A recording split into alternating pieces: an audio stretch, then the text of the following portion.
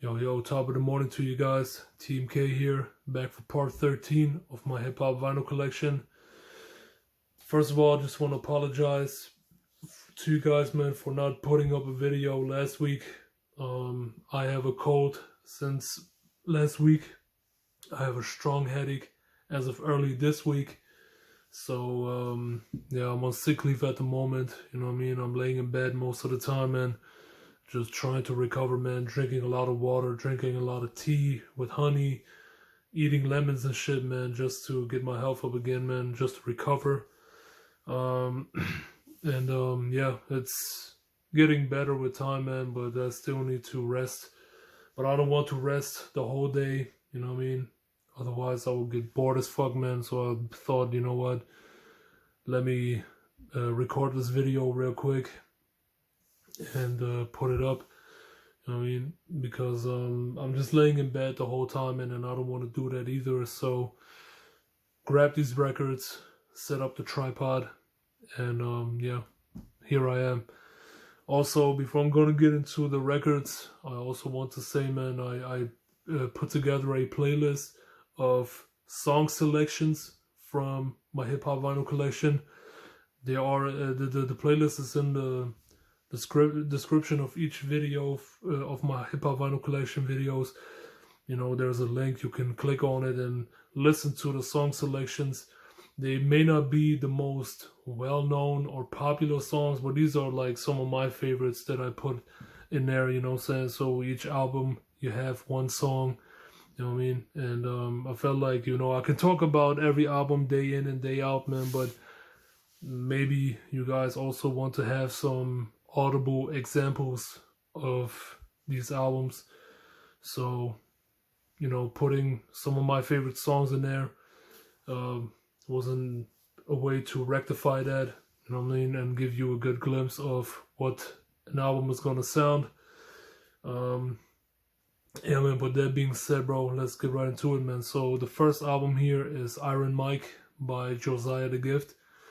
And yeah, Josiah the Gift, if you're not familiar with him, he's a member of the Umbrella Crew. The Umbrella Crew, man, they've been around for a few years now, man. And yeah, they've been putting out a vast amount of albums, you know what I'm saying? Mostly it's just really quality work, man. A lot of albums they've been releasing. And yeah, man, they are going crazy at it, man. You thought Griselda put out a lot of albums, man. No, it's the Umbrella Crew, bro. They are the most productive at the moment. You know what I mean? Pretty much damn near every month there's a new album from a Umbrella Crew member coming out. You know what I mean? It's really amazing what they do. And Josiah the Gift, he is definitely top 3 in the Umbrella for me. Because I feel like Josiah, man, he has the most lyrical gift. Like the highest lyrical ability of all of them, and the flows that he has are crazy, man. Like, you know, usually these other members, you know, they stick to, you know, one flow, you know what I'm saying, one way of rapping, but Josiah is, you know, very versatile in the way he approaches his themes, his flows and everything, man. This guy is insane, bro. Definitely, I would say my top 3 of my favorite Umbrella members, you know what I mean? And this album right here, Iron Mike, is really fucking awesome, man. It's a long album, 19 tracks. It's a double LP right here. It's also really dope is that my copy is a low number 3 out of 100. And yeah, man, this is a reissue with a much better cover, if you ask me, you know, because the original album cover I did not like. You know, just like this one, the original album cover also featured Mike Tyson, but was not a great artwork in my opinion. But this one looks really dope. And the color of the record is a mustard yellow and black haze vinyl. And yeah, man, this is really, really nice. Really, really nice, man. Fucks with this album heavy, man. You know, Josiah is a beast. It is one of my favorite albums of his, man. Iron Mike. Definitely go and listen to it if you haven't. Next up, we got another album by Josiah. And by the way, I have all of Josiah's albums, you know. So we have here the follow-up record, Remain Raw.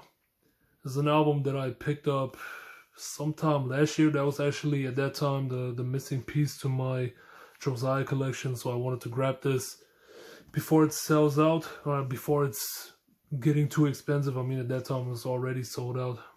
But I wanted to buy this before the value goes up.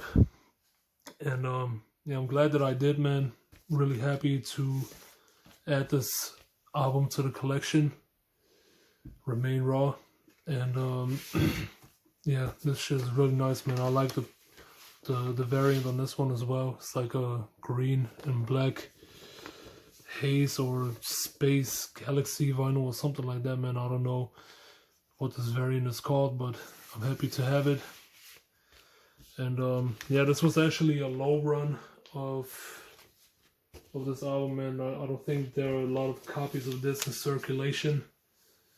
You know what I mean? I think in total there may be like, I don't know, 250 copies or something, man. I don't remember what it's a low run. There are not many copies of this album out. You know what I mean? But I'm glad to have one of them. Then we got here another double LP. That's actually 2 albums. It's Mightier Than the Sword. So what this one is, it's actually an album inspired by West Side Gun's Hermes 8. At least when it comes to the cover, you know what I mean? And the title of the album a little bit, because this one was also split into 2 sides. So, you know, you got Mightier Than the Sword, side A, and then this is side A, and then you have side B. And yeah, man. And as you can see, covers also look very, very similar to Hermes 8. And yeah, man, this shit is also really dope, man. Really, really dope. The release itself, it's actually a gatefold cover. You know what I mean? You can see, maybe, yeah, here you can see it has a print inside. But I did not open it. You know, I left it the way it is. And inside you got the records, which I don't remember what color it is, but yeah, this is a gold colored vinyl. Goes really well with the cover art. And yeah, I fucks with this heavy, man. It's a really cool release. I just wish I could open up the gatefold, man. I have to find a way to do that. But the reason why I can not open it up right now is because of the limitation number sticker, you know, which is attached to the shrink wrap, you know what I mean? So I have to find a way to rectify that. Be that as it may, I'm still really happy to have this album, and yeah, I'm definitely happy that I got this on my want list as well, because this was another one that I had on my want list for a long time. You know, I put this on hold for a long time, and then eventually I said, man, fuck it, man, let me just get the rest of the Josiah albums, because this was definitely one of the missing pieces. Then we got Josiah the Gift and True Cipher with Togo, with a really, really awesome cover, man. I really like this anime inspired cover right here. Love the way this looks. And yeah, there's another one that I really like, man. My favorite track on here is The Professional. Love the beat. It's like more uplifting sounding type beat, you know, with a nice little tempo to it, and the way Josiah spits on it, man. bro, he's killing it on that track, man. Definitely go and peep it if you haven't. The Professional. But the whole album is dope as fuck, man. You know what I mean? You cannot go wrong with Josiah the Gift. Always has something nice and unique to bring to the table, thematically and flow-wise. But yeah, this is really dope, man. TOGO by Josiah. Then we got the first record that I ever copped from Josiah the Gift. This is God is Gracious. At the time of me picking up this particular record, I was not that heavy into Josiah the Gift. I may have even been not into Josiah the Gift's music at all at that time. I think it was after I blind bought this that I became a fan of his. I cannot really recall, man, you know what I mean? But it was something along those lines. But yeah, man, this was the first record of his that I ever copped.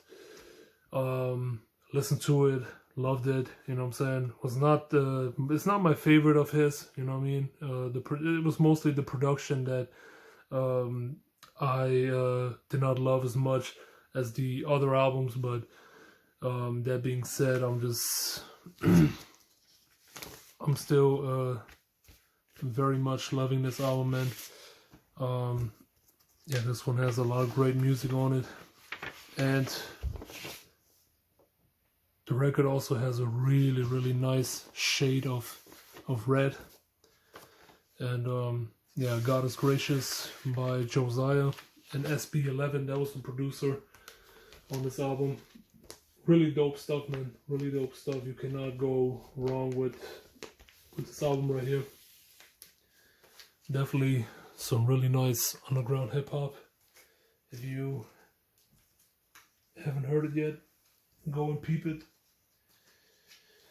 Then next up, we got Josiah the Gift and Ed Glorious with Glorious Sigh, which is probably my top 3 Josiah albums, you know what I'm saying? I mean, this one was perfect from top to bottom, you know what I mean? Like the cover for one it's beautiful to look at, man.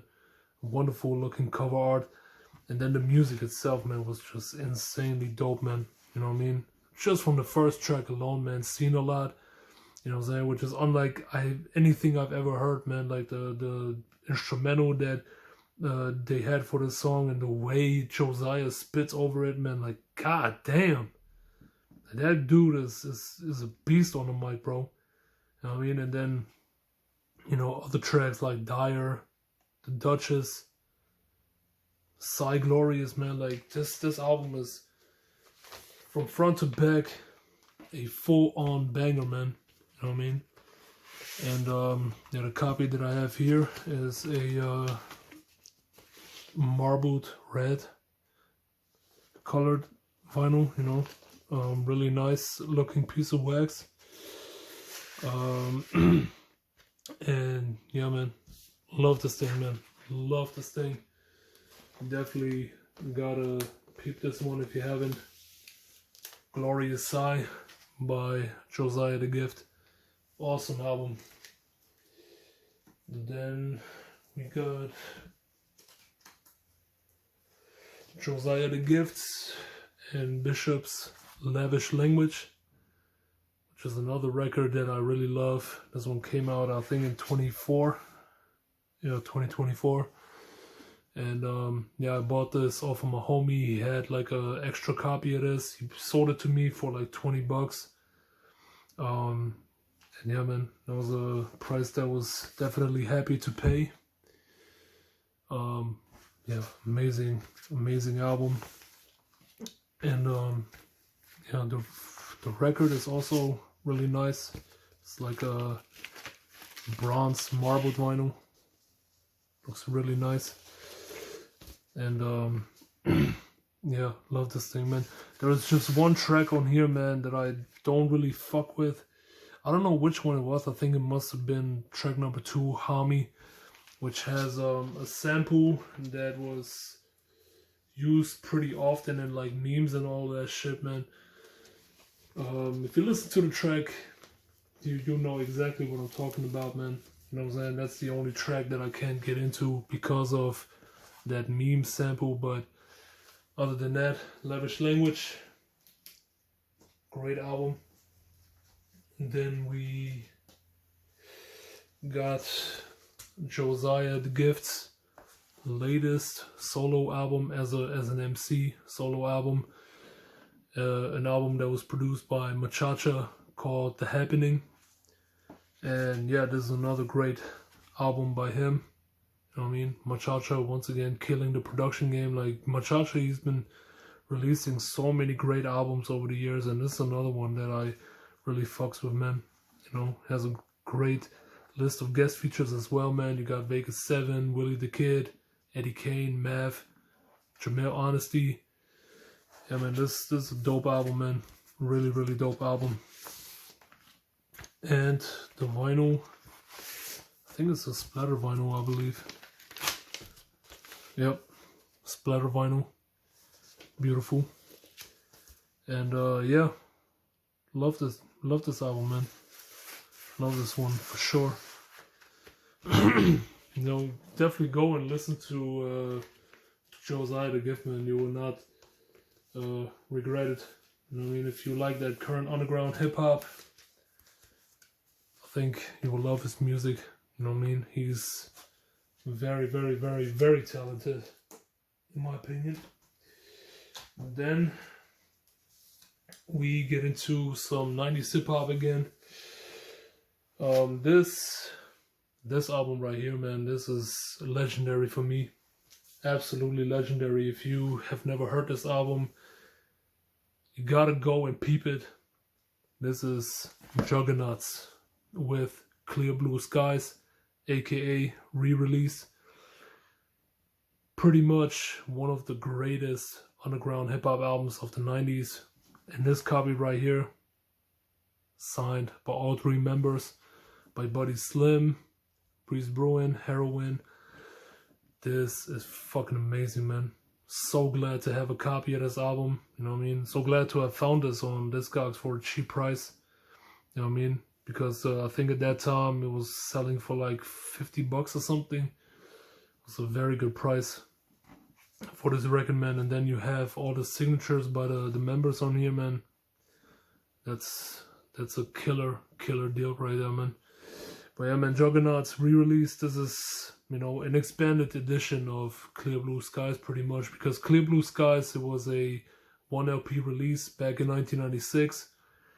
It was released on Fondulum Records, which is a record label that was run by Barbito Garcia. Yes, it's the same Barbito Garcia from Stretch and Barbito, you know what I mean? He gave a lot of these underground MCs a platform. You know, I think MF Doom released on Fondulum Records before he released his Operation Doomsday album. Cenobites released on Fondulum Records, you know what I mean? There were other acts like Saya and Yeshua the Poet. You know, like Fondulum Records, man, they were definitely pushing a lot of amazing talents back in the days, and Juggaknots were one of them. And yeah, re-release, man, this is one of the illest 90s hip-hop records that you'll ever come across. Well, for a long time it was pretty hard to find, man. Nowadays you can get it pretty easily, you know what I'm saying, because this album has been reissued a few times in these last 5 years. But for a long time this was hard to come across, you know what I mean.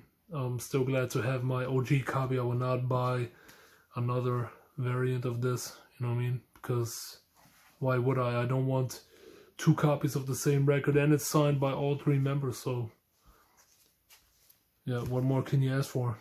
And yeah, this album, I actually found out about the group through the song. I think it must have been The Circle Part 1 or 2. I don't know which one of these tracks was on Tony Hawk's Underground, but that's how I found out about the Juggaknots. You know what I mean? And since then I've became a major fan of the group and of this album in particular, man. Juggaknots re-release. You gotta check this one out if you haven't, man. This is legendary. 90s hip hop record, man. Monumental underground record. Amazing album. And then we got Jurassic 5, man, with their Jurassic 5 LP. West Coast hip hop act. One of the dopest groups to come out of the West Coast. Unfortunately, they're very, very underrated. You know what I'm saying? I don't think they're as talked about nowadays. But the true hip hop heads, the true hip hop connoisseurs, they know about Jurassic 5. To me, easily one of the greatest groups to ever come out in hip hop. You know what I mean? They were just an extremely talented group, man. With so many dope songs, with a great run of hip hop albums. I mean, this Quality Control and Power Numbers is one of the best 3 album runs in hip hop, period. You know, this album I definitely love. I fucks with it heavy, you know what I mean? With songs like Concrete Schoolyard. I mean, how can you not love this album right here, man? This is just dope as fuck. And unlike a lot of other West Coast hip hop acts at the time, they sounded very much East Coast, bro. Like, there was nothing West Coast sounding about them, really. You know what I'm saying? They had like a lot of like crispy drums, a lot of jazz and funk inspired production. Really, really amazing stuff, man. Jurassic 5, the Jurassic 5 LP. And then got 3 more records right here, man, all from the same artist. So here we have a little EP. This is K.A.A.N with Uncommon Knowledge. This was entirely produced by Marley Marl's protege, K.A.A.N.